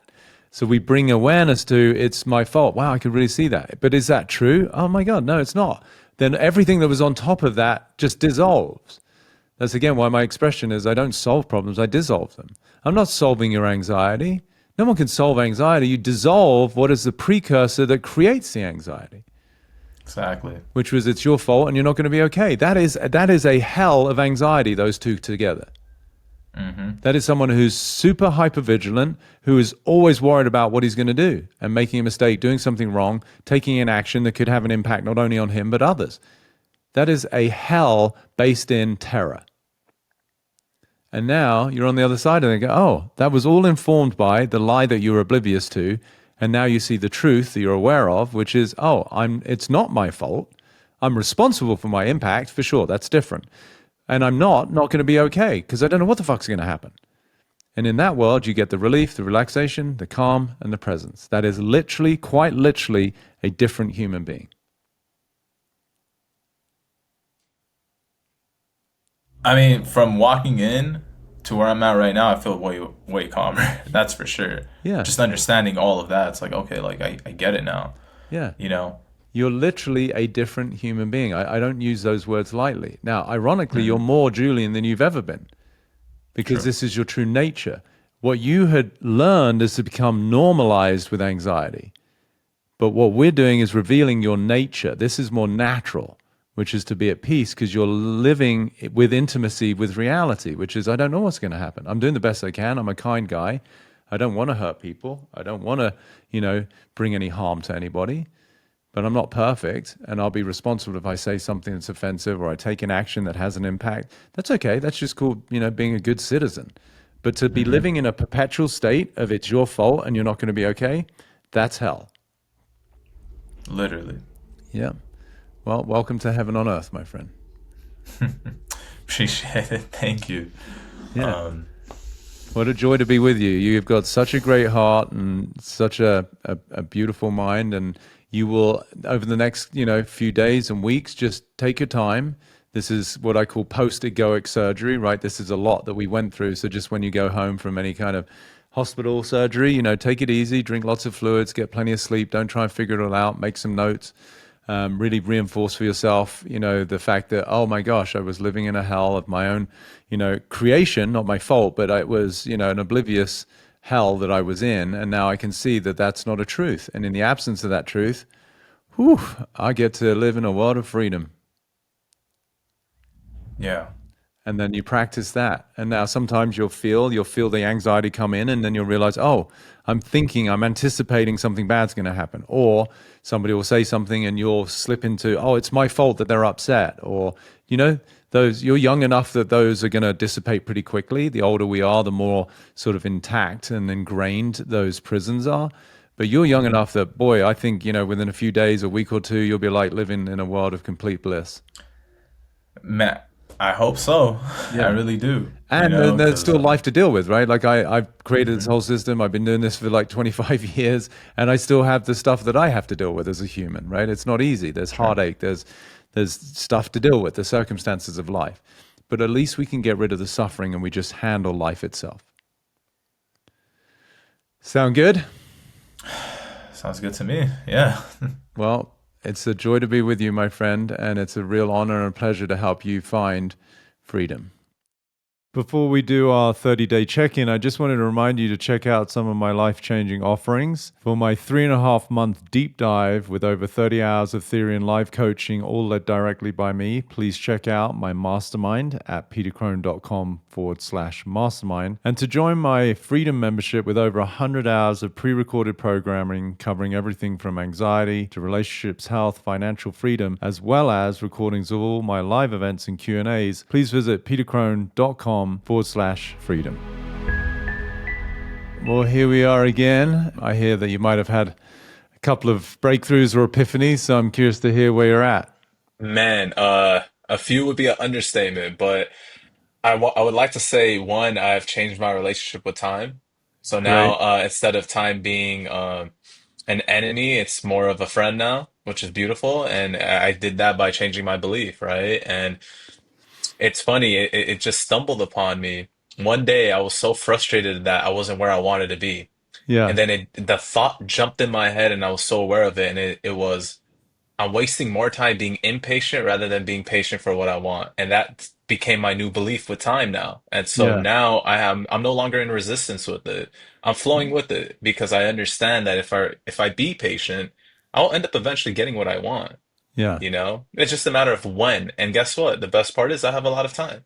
Yeah. So that's how I healed that. But That's amazing. the Just for the folks at home, because what you said is such a powerful distinction, and I often talk about the dysfunctional relationship people have to time. So just repeat that for people at home so they really get what you realize, which is how you are not only, I would say, not only wasting time, but a lot of energy, right? man, a lot of late nights, not being able to sleep, etc. Yeah. Yeah, but it's as simple as, truly believing that you're wasting more time being impatient rather than being patient for what you want. Yeah. Yeah. We're in a society in a world where everyone wants things now, now, now, and Hmm. you forget to enjoy the journey to get to the destination, which makes it even much more rewarding. Yeah. which is something I love too. So yeah. And I also want you to, just to, for your sake and also for everyone listening, it's not only that people want things now, but that they don't want things that they do have now, right? It's Hmm. subtle, right? So wanting something now sort of creates that urgency and impatience, but really wanting oftentimes is a reaction to not wanting. So if you really get that, meaning people want something now, which is really their brain telling them that if I get whatever it is, fill in the blank, the perfect partner, a better body, more money, a great job, a better home, they think that's what they want, but actually no, what they want is the relief or the experience of freedom and peace that they think will come with that, which of course it won't. It might be for a moment transitory relief, but that's really a reflection of the fact that they're looking for relief from what they currently have that they don't want. And if you really get that, it's super profound, right? So it's learning to be okay with the way things are. And we, of course, still have our goals and aspirations. I'm a very creative guy with a lot of, things that I'm building. But I also know, to use your word, like I'm in the flow of where I'm at while still being committed to where I'm, quote unquote, through my own declaration going. And that to be able to marry those two is really powerful. Oh, it's a thing of beauty because now, like, with what I'm doing in my career of being a day trader, my emotions used to always get the best of me because I wanted it now, and now I can hold trades without feeling anything, Hmm. and it's just so blissful, you know. And to comment on what you said, yeah, I thought when I had my biggest day, and I had it actually this year, in the beginning of January, I had my biggest day ever. I thought, Okay. wow, like, oh, that's gonna change everything, and it was so short-lived. I'm talking Yeah. about just a day. And Yeah. after I experienced it and I felt it, I realized like there will always be we'll always be moving the goalpost, no matter Hmm. what, and that will never truly satisfy you unless you have to kind of change your relationship with what will satisfy you. And so I discovered what would make me happy, you know, and it's not money, but it's to just be a better father than the one that I had, Yeah. respectfully. You know, he Yeah. did the best that he can with the abilities that he has. Yeah. So I'm gonna make it my responsibility to change those generational curses for my Yeah. own family. Yeah. You know, and that would fulfill me. So that's my new happiness. It's not money, it's not Hmm. any of that, you know. And so I had to really change that. Yeah. And that's what's helped me tremendously as well. Dude, it's just, why I feel like the most blessed man alive to do what I get to do, to meet people like you. We've never met in real life. We've had these conversations and to Yeah. see who you are today relative to, the man I met with the angst and the worry and the fear and the guilt and the shame. And now you're talking about breaking generational patterns. It's super rewarding, and I just can't acknowledge you enough, my friend, for doing the work, and obviously in between times, in between our conversations, reflecting on all the things we talk about and getting to these realizations. It's really beautiful to witness. Oh, it gets better, Peter. So Tell me. when you brought to my awareness my constraints, Yeah. it allowed me to um expand on that and really understand how did that all come about Yeah. and do all the healing work. And I'm happy to say I've healed my inner child and I've learned to pour into my own cup. This is another one of my quotes that I live by, right? It's learn to pour into your own cup and eventually that cup will overflow and pour into others. Yeah. So that's my way of giving myself that safety that I desperately wanted when I was a child. Yeah. So by me focusing and pouring into my own cup, I give myself that safety, which means that I am now giving my inner child what it desperately needed from my parents. Yeah. And so it's my responsibility now, which is beautiful because Mm-hmm. now I don't need validation from anybody, my mom Mm-hmm. or my dad. I give it to myself. And that Yeah. allows my adult self to be present. Yeah. And you made me realize how many like so many people are walking are all hurt children in an adult body. Yeah. And I don't get offended now when people have either outbursts or get angry or anything like that because I see it for what it is. Mm-hmm. And I just feel I feel for them and I hope they can heal whatever that is that caused them to react that way, you know? Yeah. And that also led me to healing my own anxiety. And so this is the beauty, right? I also had the thought, this thought that arose in my mind when one day I was anxious and it just stuck on me. The way I describe anxiety now is imagine you're in your mind, obviously, you're sitting at a desk, and at that desk, there's multiple TVs stacked on each other. And each TV is playing a different scenario that hasn't even happened yet. But Hmm. what's really happening is you're sitting at the desk watching the TV. Yeah. And ever since I made that connection, no matter what, whenever my mind spirals to like an anxious thought, I always bring myself back. I'm sitting at the desk, I'm watching TV. I'm Hmm. watching a scenario that hasn't happened yet. Yeah. And ever since I made that connection, I have not really truly experienced much anxiety. Now, I am human, obviously, and I Yeah. will get anxious at times. Like yesterday, I had a mini panic attack, I would say, Hmm. and it was so short-lived. It was about 10 minutes. Yeah. And that's the beauty, like it used to be hours on hours, and now it's like, oh, well, that just happened. Yeah. And Yeah. that's okay. And I give myself that compassion and that empathy that, like, hey, I'm human. It's Yeah. going to happen. Yeah. And, ever since I've done that, I've shown up so much better for my parents. Like I communicate in such a calm way.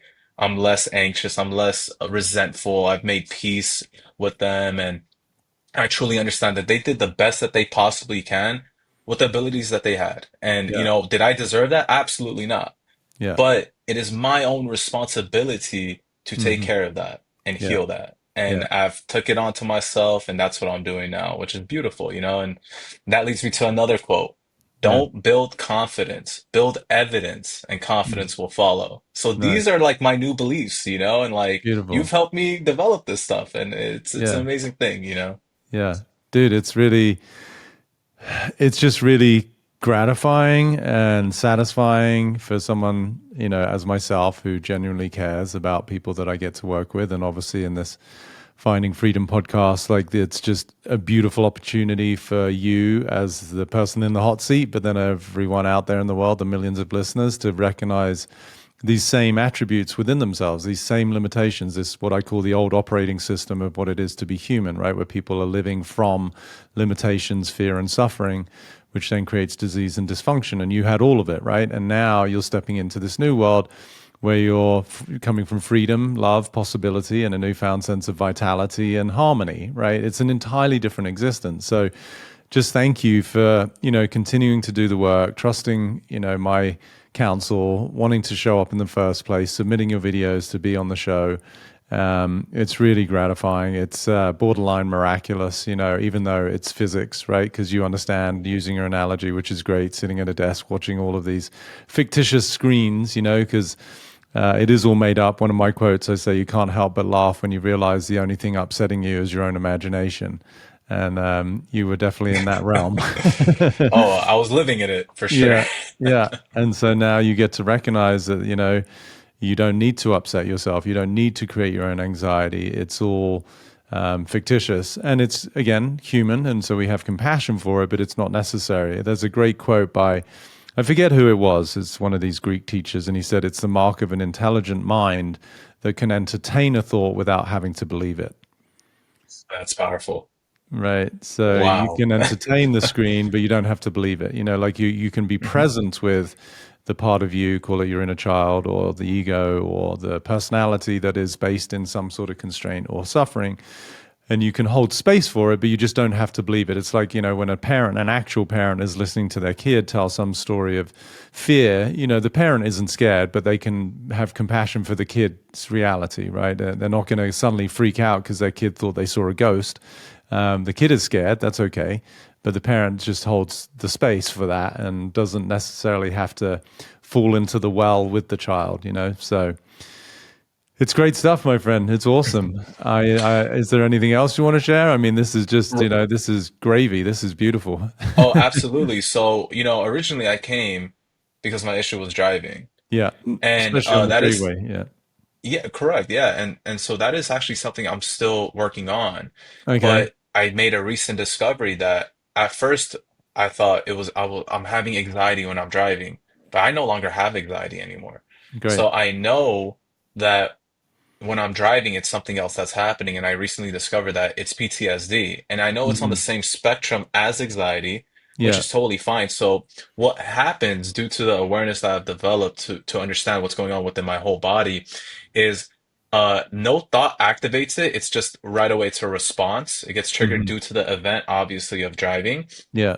And what ends up happening is that those intense feelings uh, prevent me from actually doing the task itself. In my Yeah. mind, I know it's nothing scary about driving from point A to point B. Yeah. My body obviously is priming itself for something to happen, and I Yeah. and I give myself that compassion and that, Yeah. empathy for what's going on. Hmm. But what I'm struggling with is now that this is the new profound thing that I discovered, right? That it's PTSD. How can I go about that now? Would Hmm. be an amazing thing to know. Sure. And it's a beautiful distinction, and we can get into the semantics of it. Obviously, with my vernacular and choice of words, I look at the prison of how most people relate to the future, which is I'm not going to be okay, right? Which is the Hmm. fear response, right? So that was one of the main constraints or the lenses you were looking through. So before you've even gone anywhere, you could be walking out of your house and you're already in a state of anxiety, even though you're walking very safe, very stable, very balanced. You're not even in your car yet because of the mind's anticipation of a perceived threat, right? So that is that PTSD, or it is, as I say, that default lens of how we relate to the future, which is from a perspective of survival, right? We're wired to make it as humans. And so whenever we have, as you did, a very scary, traumatic experience, and, PTSD is a totally appropriate way of delineating it, your body now is feeling the anticipation of potentially that thing happening again, right? So the way that we spoke about it, and hopefully this will confirm it or reinforce it, is to recognize that yes, your body has its inbuilt way of relating to life, which is totally part of the biology of being human. But your mind supersedes it. The mind is more powerful.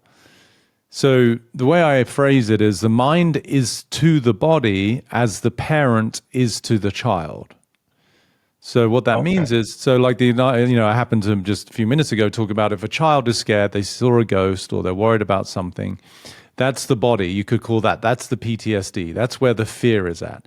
The parent, depending on their energy, can hold space for the child, pick them up, let them sleep in the bed if they had a nightmare and they've come into their bedroom or whatever, and comfort the child in a way that their reality starts to dissipate. So it's one thing to recognize, okay, your body has this automated reaction to the possibility of a perceived threat in the future. But Hmm. with your intelligence and certainly the breakthroughs you've had now, your mind gets to override that. Not in a way that it dismisses it or ignores it, but it goes, I totally understand. It's a justified reaction based on what you went through, but it's no longer appropriate because we don't know what's going to happen. And I trust my capacity to drive or your confidence, as you said, because you've got evidence, right? Like one incident versus how many thousands of times have you driven on the freeway, right? So you've got way more evidence for the good outcome than you do for a bad outcome, right? Absolutely right. So that's where you use the power of intelligence and the conditioning now of your new mindset since our conversations of recognizing the truth is we don't know what's going to happen. None of us do.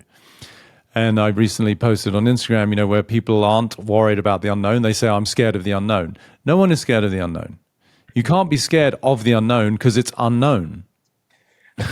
That's one of my favorites, man. I love that one. Yeah, so what we're scared of is what our brain is putting in the unknown. And that's why I say most people's futures are not created, they're remembered. Mhm. And if you get that, it's really profound. It's like, holy shit, what Julian is worried about is not what might happen in the future. He's worried about what happened in the past. So your opportunity with PTSD and anything is profound surrender, is profound acceptance, is profound reconciliation that your history is your history.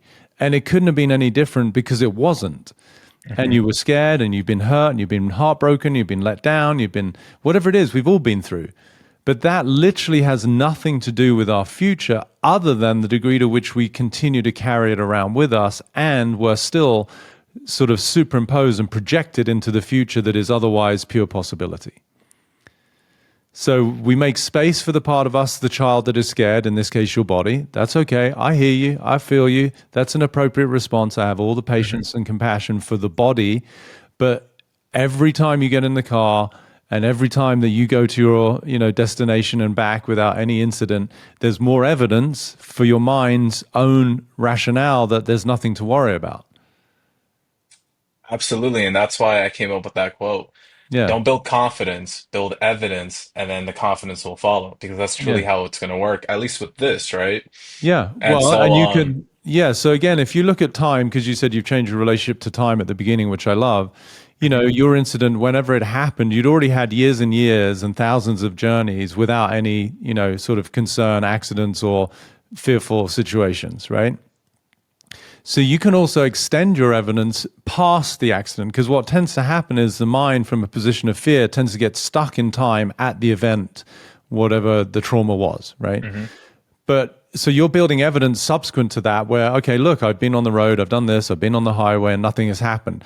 But that, relatively speaking, is a short-term case of evidence when you can incorporate all the journeys you had prior to the event too. Right? If you were to literally have kept track of every time you've driven a car in the thousands of times that you've done that relative to the one time, you're talking about a 0.00 something percentage of evidence for the worst case scenario.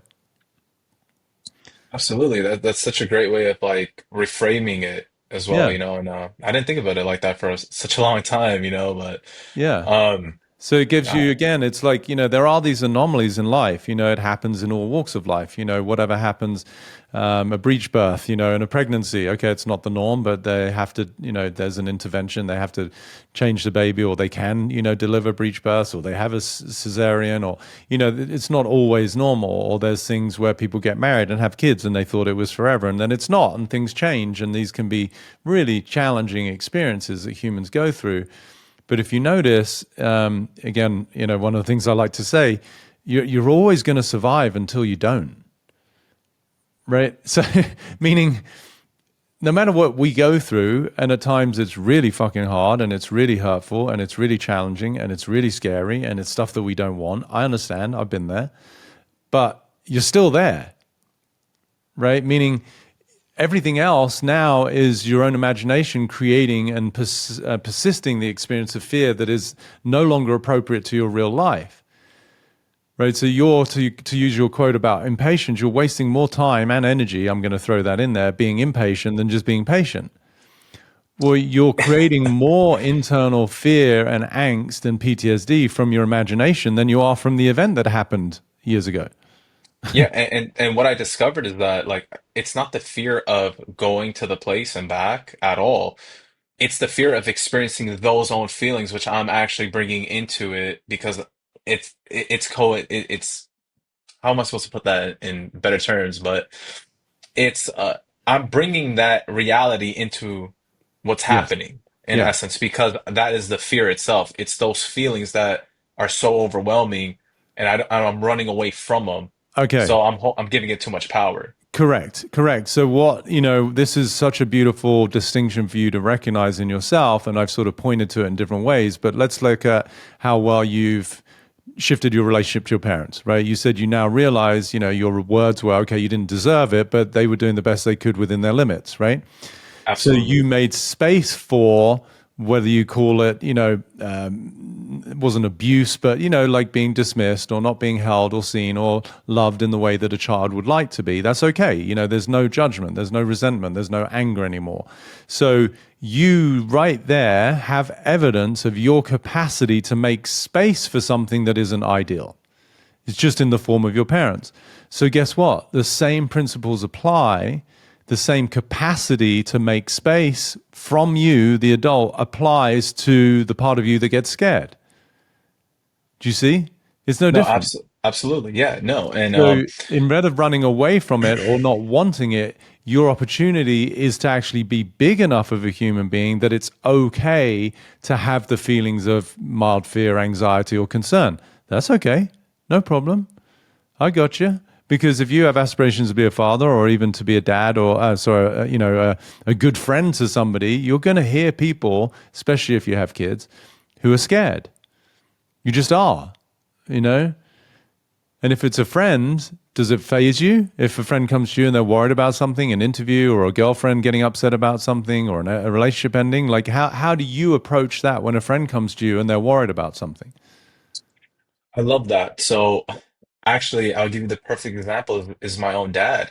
My own dad now, he's 76, so he's approaching the end of his life, obviously, and Yeah, he's starting to have a lot of anxiety and yeah, panic attacks. yeah, And every time he does, he calls upon me, to calm him down and talk to him. And I am so calm yeah, throughout the amount of heat and emotion that he's displaying. yeah, I'm able to take that and also understand where he is coming from and respond in such a calm way to help him also slow down and calm down. So that's how I show up for yeah, people. I yeah. show up the way that I believe that they need, despite how they are so emotionally volatile. Yeah.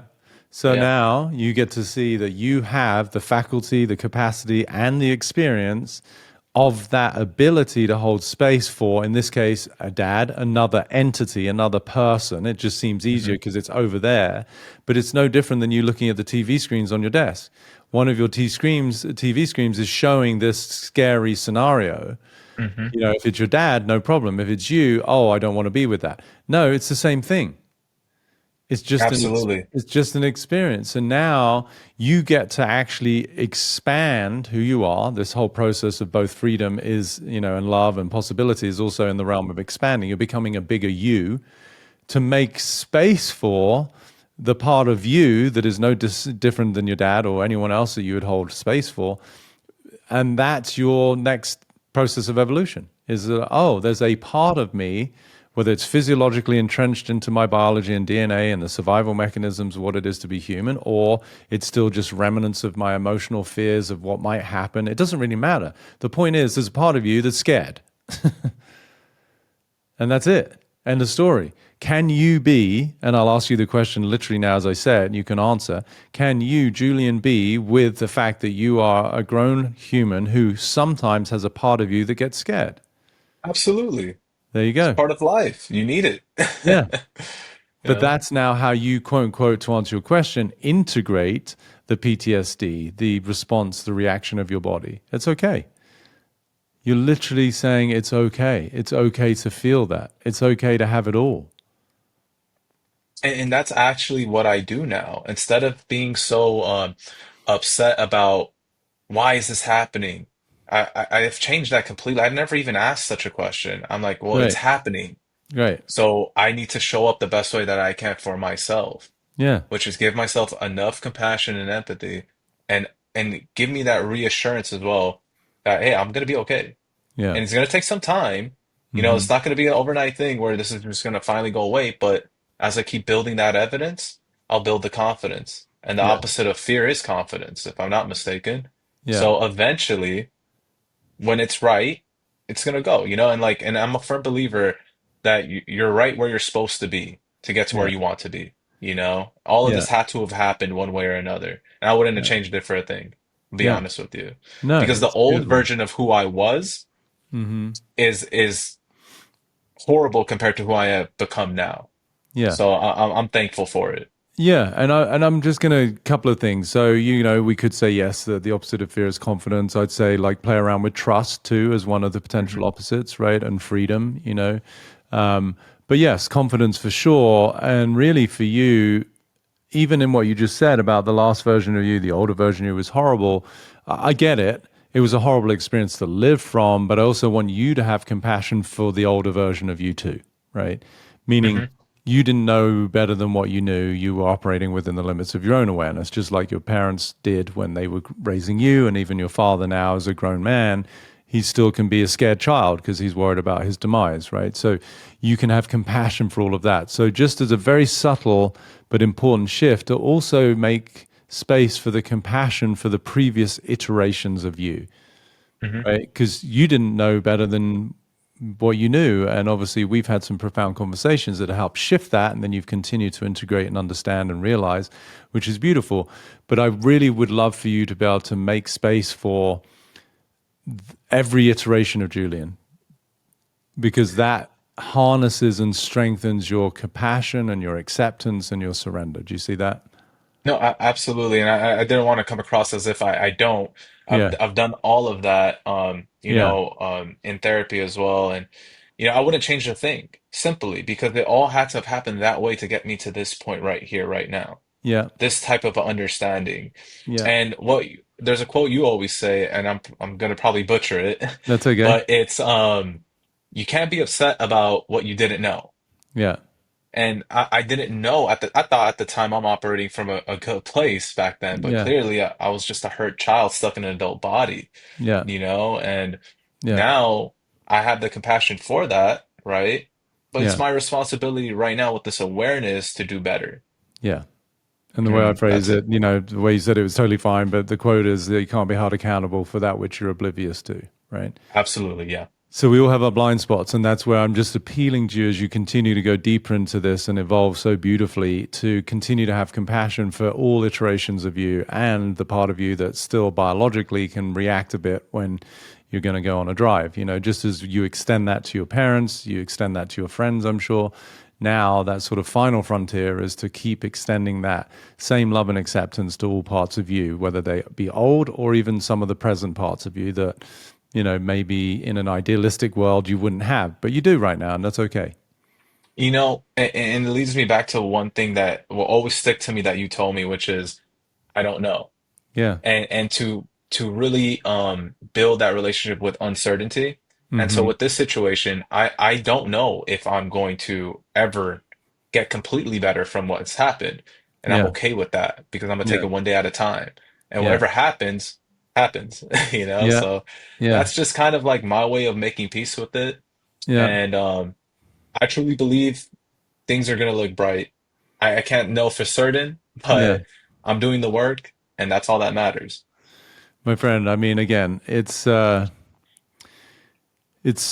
super humbling to be able to have these conversations, to be able to reflect my insights to human beings like you, and the title of the podcast to help you find freedom, right? And at the same time, as we integrate these new distinctions and realizations, they become so second nature that you almost forget who you were. And I'm so excited, even for you, when this does come out, to see the old iteration of you without judgment, nothing but love and compassion towards the man that I first met, who was in such a state, and who was oblivious to his own blind spots, right? Because now even today, yes, not knowing what's going to happen, we still want to stay open to the fact that we are a constant work in progress, right? I often say we're masterpieces and works in progress, right? To be fully at peace with where we are whilst remaining committed to where we're going. And that's what I feel now in you energetically. There's less anticipation, there's less trepidation, there's less anxiety, there's more excitement, and there's more responsibility, and there's more a sense of true possibility. And that's a beautiful life to live. I can't thank you enough, Peter, honestly, for the opportunity. And, I generally do like hope that whatever I went through can maybe impact or help somebody else. That'll be amazing, Yeah, And, again, just thankful for the opportunity because probably without this happening, I probably wouldn't have reached this point. yeah, It may have took a very long time to, but, yeah, um, man, yeah. I'm just forever thankful. Well, as am I, and I can tell you that not only will you reach people, you already have just by virtue of these conversations. So just keep being you, my friend. It means the world to me to have humans who want to reach out and have these conversations so that we can all hopefully, in our own way, make a difference and be an inspiration for many others to find freedom. Absolutely. Thank you again, Peter. You've truly changed me. And I'm so thankful for that. Well, as I often jokingly say, I couldn't have done it without you. I love it. So humble, man. I love it.